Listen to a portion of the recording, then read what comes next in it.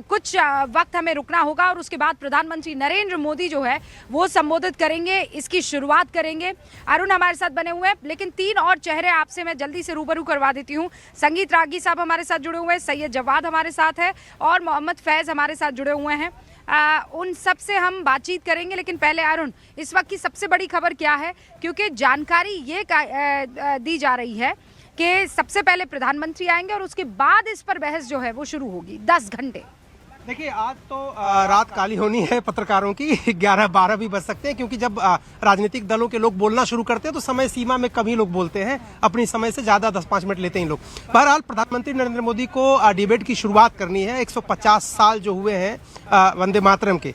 बड़ी बात यह रूबिका कि उन्होंने टेम्परेचर पहले ही सेट कर दिया है। 1 महीने पहले ही उन्होंने इस तरह का बयान दे दिया, जिससे कांग्रेस पार्टी अब तैयारी कर रही है। प्रियंका गांधी पूरी तरह से तैयारी कर रही है कि प्रधानमंत्री के सवालों का जवाब देना क्या है। और सवाल ये था कि 1937 में प्रधानमंत्री ने आरोप लगाया कि 1937 में वही जो तुष्टीकरण की राजनीति है उसके तहत कांग्रेस ने समझौता कर लिया और ऐसे महान गीत को, जो आजादी का तराना बना था, जो पूरे देश में गाया जाता था, अंग्रेज जिससे डरते थे, जिस पर प्रतिबंध लगा दिया, उसको उन्होंने 2 स्टैंजा उसके हटा दिए और उस समझौता कर लिया और वहीं से भारत के विभाजन का एक तरह से बीज उन्होंने बो दिया। अब कांग्रेस पार्टी इस पर क्या पलटवार करेगी? जहां तक मेरी जानकारी है, जयराम रमेश ने इस बारे में तस्दीक की है और उन्होंने बताया है कि क्या उनके पॉइंटर्स हैं। पहली बात तो है कि 1937 में कांग्रेस वर्किंग कमेटी की जो बैठक हुई थी, जिसमें फैसला लिया गया था, उसमें कौन लोग शामिल थे? वो बीजेपी को आईना दिखाएंगे कि सरदार पटेल भी उसमें शामिल थे। आप उन पर सवाल क्यों नहीं खड़ा करते? आप नेहरू को ही टारगेट क्यों करते हैं? उसमें मौलाना अबुल कलाम आजाद थे, उसमें जो बड़े जो चेहरे थे उसमें सुभाष चंद्र बोस भी थे, डॉक्टर राजेंद्र प्रसाद भी थे। इनकी सहमति, इनकी अनुमति और गुरुदेव रविन्द्रनाथ टैगोर के कहने पर 2 स्टांजा हटाए क्यों गए रूबिका? उसके पीछे कांग्रेस का तर्क है कि देखिए, तब हमको अंग्रेजों से लड़ना था, उसमें हम नहीं कह सकते थे कि हिंदू मुसलमान इकट्ठा पूरी ताकत इकट्ठा करनी थी। और अगर कुछ मुसलमानों को आपत्ति थी कि वंदे मातरम में भारत को एक देवी के रूप में दिखाया गया, बाद की स्टैंजा में, जिसमें एक देवी दुर्गा के रूप में दिखाया गया और मां लक्ष्मी के रूप में दिखाया गया। जब हमारे धर्म में बकौल कांग्रेस मुसलमानों ने कहा कि उनके धर्म में किसी मूर्ति की पूजा या किसी स्वरूप की पूजा हम नहीं कर सकते अल्लाह के अलावा, तो उनकी बात क्यों नहीं मानते? हम एकोमोडेट करने के लिए हमने फैसला लिया, हमने तुष्टीकरण के लिए फैसला नहीं लिया। तो ये उनके तर्क हो गए प्रियंका गांधी वाड्रा के। और ये कहेगी कांग्रेस की, देखिए अब आप 150 साल में वंदे मातरम लेके आए हैं, ताकि जितनी भी समस्याएं देश झेल रहा है, चाहे इंडिगो का संकट हो, चाहे बेरोजगारी का संकट हो, चाहे महंगाई का संकट हो, चाहे SIR की प्रक्रिया हो, चाहे दिल्ली ब्लास्ट का मुद्दा, इन सब से ध्यान भटकाने के लिए एक नया शिगुफा आप लेके आ गए। खाका तैयार हो चुका है कांग्रेस की तरफ से, लेकिन प्रधानमंत्री नरेंद्र मोदी जब शुरुआत करेंगे तो वो ये सारी चीजें याद दिलाने वाले हैं कि सन 1937 से जो शुरू हुआ और उसके बाद ये सिर्फ वंदे मातरम से 2 स्टैंजा हटाने की बात नहीं थी। फिर ये मामला वहां तक पहुंचा कि आपके अपनी सरजमी से एक हिस्सा हटा दिया गया, जिसका नाम बाद में जाकर पाकिस्तान हुआ। अमित भी हमारे साथ है। अमित, आपके पास क्या क्या जानकारी है आज की इस चर्चा को लेकर? और उसके बाद सुबोध मेहता RJD के राष्ट्रीय प्रवक्ता हमारे साथ जुड़ चुके हैं, चारू प्रज्ञा भारतीय जनता पार्टी की राष्ट्रीय प्रवक्ता हमारे साथ जुड़ चुकी हैं और मोहम्मद फैज खान भी हमारे साथ जुड़े हुए हैं, उनका भी हम रुख करेंगे। लेकिन उससे पहले अपनी बात अमित। रूबिका, अभी पीएम थोड़ी देर पहले पहुंच चुके हैं संसद भवन और पीएम का अभिवादन किया है बिहार से एनडीए के सांसदों ने। और करीब 12 बजे के आसपास समय रखा गया है जब पीएम के स्पीच से, पीएम के संबोधन से वंदे मातरम पर पूरी चर्चा की शुरुआत होगी। और बीजेपी की तरफ से जो प्रमुख वक्ता हैं उनकी पूरी सूची सौंप दी गई है और रक्षा मंत्री राजनाथ सिंह के करीब 5 बजे के आसपास बोलने की संभावना है। तो एक लंबी फेहरिस्त है बीजेपी के रणनीतिकारों की ओर से। और जो कांग्रेस, जैसा कि अरुण जिक्र कर रहे थे कि आरोप लगा रही है या अपनी बात रखेगी, तो उसके जवाब में बीजेपी ने पूरा अपना एक सूची तैयार कर रखी है। न केवल बीजेपी बल्कि एनडीए के सांसद भी मजबूती से वंदे मातरम के शौर्य में, उसकी तारीफ में सदन में अपनी बातें कहते हुए नजर आएंगे। और देखिए, 1 साल का ये पूरा कार्यक्रम है वंदे मातरम के 150वीं जयंती पर उसको याद करने के लिए। और पीएम इससे पहले भी बोल चुके हैं, लेकिन आज पूरे न केवल भारत की, पूरे वैश्विक समुदाय की नजर रहेगी कि वंदे मातरम के इतिहास के पीछे, उसकी मंशा के पीछे और उसके अस्तित्व को लेकर हमारी सरकार, हमारा देश क्या सोचता है। पीएम के स्पीच से जाहिर होगा आज। और वो 12 बजे का वक्त मुकर्रर किया गया है जब प्रधानमंत्री नरेंद्र मोदी 150वें वर्ष के मौके उपलक्ष्य पर वंदे मातरम के अपनी बात सदन में रखने वाले हैं। और उसके बाद एक पूरी लंबी फहरिस्त है कांग्रेस के वक्ताओं की। गौरव गोगोई बोलने वाले हैं, उसके बाद प्रियंका गांधी वाड्रा बोलेंगी, फिर दीपेंद्र हुड्डा बोलेंगे, फिर डॉक्टर बिमोल अकोइज्म बोलेंगे, फिर उसके बाद प्रणीति शिंदे बोलेंगी, उसके बाद प्रशांत पडोले बोलेंगे, चमाला किरण रेड्डी और ज्योत्सना महंत। ये मैंने कांग्रेस की लिस्ट जो है अरुण ने हमारे साथ शेयर की थी वो आपको बता रही हूँ। हमारे साथ जो 3 खास मेहमान हैं उनसे भी एक ओपनिंग रिमार्क में लेना चाहती हूँ। सबसे पहले सुबोध जी, आप यहाँ पर ग्राउंड जीरो पर मौजूद थे और आप हमारे साथ थ्रू कैमरा जुड़े हुए हैं। पहला रिएक्शन मैं चाहती हूँ, वंदे मातरम पर डिस्कशन ज़रूरी आप मानते हैं कि नहीं मानते हैं? और नहीं तो फिर आज की जो जनरेशन है और आने वाली जो जनरेशन है वो कैसे जान पाएगी कि वंदे मातरम की ताकत उस वक्त क्या थी कि आज वतन आज़ाद हो पाया है?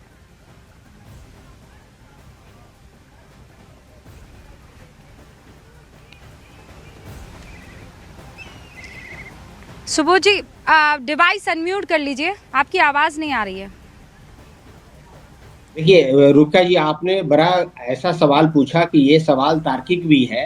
तार्किक इसलिए है क्योंकि बंगाल में इलेक्शन होना है, तो इलेक्शन के पहले इस तरीके का डिबेट छोड़ना और कहना कि 150 साल के बाद, ये 7 नवंबर 2025 में 150 साल हो रहा था पिछले महीना, और आज जो है 1 महीने के बाद ये डिबेट को पार्लियामेंट में ला रहे हैं, तो मुझे लगता है कि ये अनवारंटेड है, अनजस्टिफाइड है। इसलिए भी है क्योंकि ये ऑलरेडी सेटल्ड इश्यू है कॉन्स्टिट्यूएंट असेंबली में ही। जैसा कि आपने खुद ही कहा कि 1937 में, तो आप देखिए 1937 में जो कांग्रेस सेशन हुआ था कोलकाता में, वहाँ रविंद्रनाथ टैगोर वहाँ पे थे, गांधी जी थे और सारे जो है फ्रीडम स्ट्रगल के महान विभूति लोग वहाँ थे। वहाँ से ये निकल कर आया कि भाई कांग्रेस में ये पहले का 2 स्टैंजा है वही लगाया जाए। और बाद में जब इस पे सब कमेटी बनी, तो आप जानते हैं मौलाना आजाद, नेहरू, सरदार पटेल, सुभाष चंद्र बोस सभी उसके पार्टिसिपेंट थे। और इन लोगों का मानना था कि कहीं ना कहीं पूरी इंक्लूसिविटी नहीं है, कंपोजिट नहीं है। एक बस काउंटर क्वेश्चन, क्योंकि देखिए आप लॉजिकल डिबेट करते हैं तो आपके संग डिबेट करने में आनंद भी आता है। आप ये कह रहे हैं कि रूबिका ये अनवारंटेड है और ये अनजस्टिफाइड है। मैं कह रही हूँ कि वतन का गीत, राष्ट्रगीत, उस पर चर्चा कभी भी हो सकती है। वो अनवारंटेड, अनगारंटीड, अनजस्टिफाइड कैसे हो सकता है? मतलब ये कैसे किसी की नफ्स को दबा सकता है? इससे तो सबको ऊर्जावान होना चाहिए। आपको ऐसा क्यों लग रहा है कि बंगाल में वंदे मातरम या नेशनलिज्म के इशू पर डिबेट ममता बनर्जी या इंडिया गठबंधन के बाकी साथियों के लिए बैक सीट वाला मसला हो जाएगी और बीजेपी और आरएसएस के लिए फ्रंट सीट? अगर ऐसा है तो फिर ये तो शर्मिंदगी की बात है ना सुबोध भाई। देखिए रुका जी, वंदे मातरम नेशनल सॉन्ग हमारा पैट्रियोटिज्म का एक जो है जीता जागता उदाहरण है। जो कल्चर है, जो ट्रेडिशन है, उसको रिफ्लेक्ट करता है। ये रिलीजियस पैट्रियोटिज्म भी आप इसे कह सकते हैं। लेकिन देखिए, जब वंदे मातरम नेशनल सॉन्ग और साथ में जो है नेशनल एंथम, जब इसकी भी बात आती है तो नेशनल एंथम जो है वो कहीं ज़्यादा कंपोजिट दिखता है। और पूरे इंडिया का जो आइडिया ऑफ इंडिया है, जो संविधान के जो चक्र में, सम्राट अशोक के चक्र में जो अस्तित्व है, मूल्य है, उसको जो है प्रदर्शित करता है, उसको रिफ्लेक्ट करता है। लेकिन यहाँ पर जो है सभी ने माना है, सब कमेटी ने माना है और ये ऑलरेडी सेटल्ड था कि भाई हमारा जो कल्चर है, हमारा जो पैट्रियोटिज्म है, उसका रिफ्लेक्शन है हमारा national song. Absolutely understand Subodh ji, ये जो आप कह रहे हैं ये तो रेपिटेशन ऑफ फैक्ट्स कर रहे हैं ना आप। मैं ये बात मान रही हूँ, मैं कह रही हूँ आप लोग इस चर्चा से बैकफुट पर कैसे आ रहे हैं? मतलब व्हाई इज दिस फीलिंग कि आप बैकफुट पर हैं? मैं ये समझना चाह रही हूँ। और जैसे ही आप ये बताते हैं कि नहीं हमें वंदे मातरम से दूर रखना है, तो सामने वाला तो आप पर और हावी होगा, क्योंकि उसने आपकी दुखती रग जो है उसे पकड़ लिया। और दुखती रग क्या है कि वंदे मातरम को आप रिलीजियस चश्मे से देख रहे हैं, सामने वाला नेशनलिज्म के चश्मे से देख रहा है। दोनों में जमीन आसमान का अंतर है। देखिए, और अगर मान लीजिए वो चाह रहा है कि आप आ जाएं रिलीजियस पिच पर, तो आप तो आ गए, तो this is a defeat then. देखिए रुबिका जी, ये ना फ्रंट और ना बैक की ये यहाँ बात हो रही है। नेशनलिज्म का मतलब ही होता है शेयर्ड आइडेंटिटी। हमारे संविधान में भी यही दिया हुआ, शेयर्ड आइडेंटिटी की बात होनी चाहिए। वंदे मातरम हमारा नेशनल सॉन्ग बस। है, ऑलरेडी हम लोग सब एक्सेप्ट करते हैं, इस पे डिबेट करने की कोई बात ही नहीं है। हाँ, लेकिन जब वो डिबेट में आज लाना चाह रहे हैं तो इसके पीछे का मंशा तो आप देखिए ना। डिबेट करते हैं और साथ में जो है किसी एक कम्युनिटी के ऊपर कहते हैं कि भैया ये जो है टू नेशन थ्योरी को ये अरे मजबूत तो वो किया तो यहाँ पर। आप अरे भाई वो आप सुबोध भाई, आप, मैं कह रही हूँ 90% मुसलमानों से पूछिए, वंदे मातरम स्कूलों में पढ़ते आए हैं, किसी को कोई दिक्कत नहीं होगी। मैं कह रही हूँ वो 95% भी हो सकता है, ये 5% में आप क्यों खेल रहे हैं? आप हम उन खेलिए। 5% के हाथों में कैसे? ये तो वही बात होगी ना कि जो मुस्लिम लीग उस वक्त चाहता था वही चीज आप लोग आज की तारीख में करने की क्या कोशिश नहीं कर रहे हैं? अब इस सवाल का सुबोध भाई जवाब दीजिएगा, लेकिन उससे पहले गजेंद्र शेखावत ये कह रहे हैं कि ये बड़ा दुर्भाग्यपूर्ण है कि वंदे मातरम इस गीत ने किस तरीके से असल लोगों के चेहरे को बेनकाब किया और देश का विभाजन तक हुआ। और उसके बाद राजीव राय भी उस पर जवाब दे रहे हैं। मैं जल्दी से पहले ये दो बयान सुनवा देती हूँ। दुर्भाग्य से वंदे मातरम भी जिस तरह की राजनीति का शिकार हुआ, और माननीय प्रधानमंत्री जी ने वंदे मातरम के 150वें दिवस पर, स्मरणोत्सव पर जो वक्तव्य दिया था कि वंदे मातरम का विभाजन अंततः देश के विभाजन का कारण बना, आज पार्लियामेंट पे उस पर बहस होने वाली है। और मैं ये मानता हूँ कि आज का दिन भारत के लोकतांत्रिक इतिहास में अविस्मरणीय दिन होगा। इतने महापर्व मनाते हैं जो आज़ादी से संबंध रखता है, उन सारे पहलुओं पर चर्चा होनी चाहिए। जो लोग आज़ादी का विरोध कर रहे थे उन पर भी चर्चा होना चाहिए, जो भारत छोड़ो आंदोलन का विरोध कर रहे थे उन पर भी चर्चा होना चाहिए, जो माफी मांग रहे थे उन पर भी चर्चा होनी चाहिए। अच्छा, बस ये मैं आपको बता दूं, अभी ये सवाल भी यहाँ पर हम लोग आपस में चर्चा कर रहे थे कि कांग्रेस की तरफ से तो लिस्ट आ चुकी है कि कौन सदन में बोलने वाला है। भारतीय जनता पार्टी की तरफ से क्या कोई लिस्ट जारी हुई है? तो वो लिस्ट आ चुकी है। जरा दर्शकों को हम बता देते हैं। प्रधानमंत्री नरेंद्र मोदी 12 बजे शुरुआत करने वाले हैं, उसके बाद अनुराग ठाकुर का नंबर आएगा, फिर बिप्लब देब इस पर बोलेंगे, फिर बांसुरी स्वराज अपनी बात रखेंगी। बांसुरी स्वराज के पिता का अभी 2-3 दिन पहले निधन हुआ है। इनफैक्ट तभी हुआ जब वो पार्लियामेंट में भाषण दे रही थी, अपनी बात रख रही थी। बहरहाल संबित पात्रा जो हैं वो बांसुरी स्वराज के बाद बोलेंगे। संबित के बाद नंबर आएगा तेजस्वी सूर्या का, तेजस्वी सूर्या के बाद संतोष पांडे के बाद सौमित्र खान, और सौमित्र खान के बाद राजनाथ सिंह बोलने वाले हैं। यतेंद्र शर्मा ने ये लिस्ट पहुंचाई है, जरा हमारे साथ बता दें कि वो जुड़ चुके हैं, उनके पास जाएं। उससे पहले चारू प्रज्ञा आप भी यहाँ पर मौजूद हैं। अब बड़ा सवाल चारू, आज की तारीख में देखिए, अभी सुबोध भाई भी उठा रहे थे, वो ये कह रहे थे कि ये टाइमिंग बड़ी अजीब लग रही है उनको। ये बंगाल का इलेक्शन आने वाला है और चाहे वो बंकिम जी की बात हो, रविन्द्रनाथ टैगोर की बात हो, ये सब जो है कहीं ना कहीं एक दिशा में ले जाते हुए पूरे के पूरे डिबेट को दिखते हैं, और वो दिशा आप लोगों के लिए मजबूत दिशा है। नमस्ते रुबिका जी, वंदे मातरम। देखिए, जब हम टाइमिंग पे बार बार सवाल उठाते हैं, एक चीज स्पष्ट है कि जब कोई एक्सक्यूज नहीं मिलता विपक्ष को, वो टाइमिंग पर आ जाते हैं। हमारे देश में चुनाव लगातार चलते हैं। अगर पश्चिम बंगाल में नहीं हो रहे होते तो गुजरात में हो रहे होते, उससे पहले महाराष्ट्र में थे, आने वाले समय में उत्तर प्रदेश में होंगे। तो ये टाइमिंग वाला एंगल तो डिस्कस हमें करना ही नहीं चाहिए। वंदे मातरम के 150 साल पूरे हो रहे हैं, ये एक लैंडमार्क ओकेजन है और इस ओकेजन के लिए चर्चा तो होगी। हम बार बार कुछ बातें पुरानी इसीलिए उठाते हैं कि इतिहास की गलतियां भविष्य में हम ना दोहराएं।